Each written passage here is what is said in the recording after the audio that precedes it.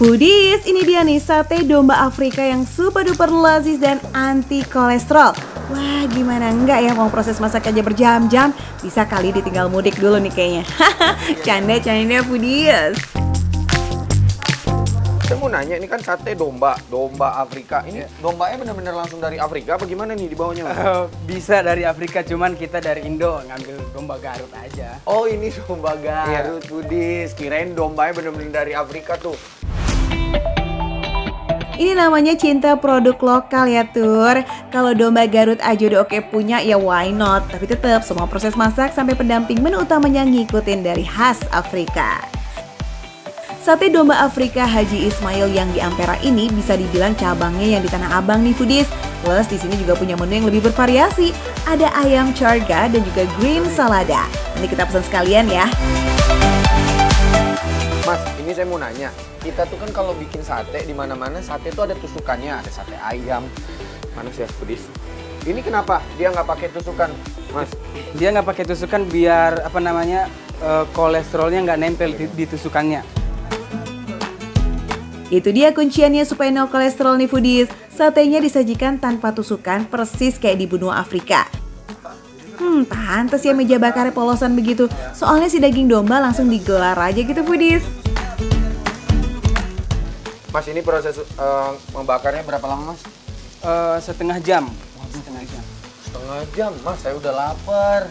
Nih, habis dibakar gini ada proses apa lagi? Diungkep. Diungkep? Selama 1 jam. Diungkepnya 1 jam. Ya udah, saya mau lihat yang udah diungkepnya aja, Mas. Mana, Mas? Ada.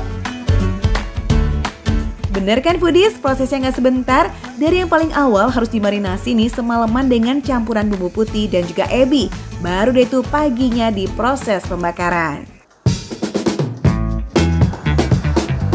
Buat Foodies yang belum familiar nih, daging domba ini tuh sekilas mirip banget sama kambing. Cuma domba teksturnya lebih lembut dan empuk serta aromanya nggak terlalu kuat. Oh ya, supaya khas Afrikanya nggak hilang, maka sate dombanya bukan sama nasi atau lontong ya Foodies, tapi ditemenin sama loko alias pisang goreng. Plus juga pakai taburan bawang bombay segar. Penasaran gak sih tuh rasanya kayak mana? Cus mari kicip, kita icip yuk. Dagingnya lembut banget. Sambalnya pedas. Sambalnya pedas sih. Tapi ini dagingnya benar-benar lembut banget. Nah, ini nih lemaknya nih Foodies. Tadi aku saya sempat ngobrol-ngobrol sama bapaknya. Itu kalau lemak yang tersisa seperti ini nih, ini udah lemak baik. Karena si lemak-lemak jahat yang bisa bikin kita kolesterol itu udah turun tuh pada saat pembakaran. Ini bukti kalau proses yang panjang itu nggak mengkhianati hasil nih Foodies. Sate dombanya empuk juara banget karena pembakarannya sampai 2 kali. Jadi dagingnya juga smoky banget nih Foodies. Tapi hati-hati nih Foodies ngomong-ngomong sama sambal mustardnya karena kelihatannya kalem tapi pedesnya aduh serem. Tuh guntur aja kepedesan. Sambalnya ini dibuat dari rawit berkualitas yang direbus, di blender terus ditumis sampai airnya habis.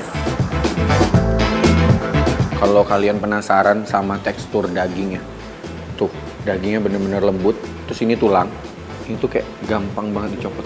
Tuh,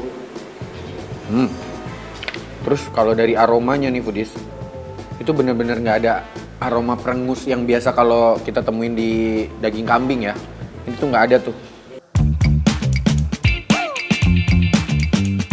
Makan sate domba ini juga makin meriah nih Foodies kalau dikunyah bareng sama bombay. Bawangnya harus yang berkualitas ya Foodies biar krenyes-krenyes pas digigit dan juga nggak menyengat. Oke deh, sekarang giliran kita cobain sate domba bareng sama lokonya dong Tur. Rasanya jadi unik Foodies. Gurih di daging domba, terus pisang gorengnya manis banget tuh. Tapi dia enak banget. Ini pisang yang dipakai, itu pisangnya nggak sembarangan Foodies.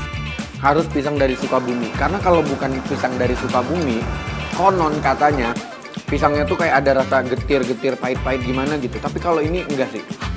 Ini benar-benar nikmat banget sih. Pisang loko ini mengalami 2 kali penggorengan ya, makanya teksturnya crispy di luar tapi tetap lembut di dalam. Yummy! Dimakan bareng sama sate domba itu juga nggak bikin chaos gitu kalau Foodies, tetap enak. Ini tadi sate domba Afrika, sekarang kita geser ke ayam carga Pakistan. 1 ayam utuh plus saus keju nih foodies, kita sikat. Jangan lupa siram perasan lemonnya. Si bumbu-bumbunya itu bener-bener ngeresap sampai ke dalam-dalamnya nih foodies. Sampai tulangnya aja tuh nih tulangnya. Tulangnya digigit aja tuh masih ada rasa bumbu-bumbunya foodies. Dan seenak itu foodies.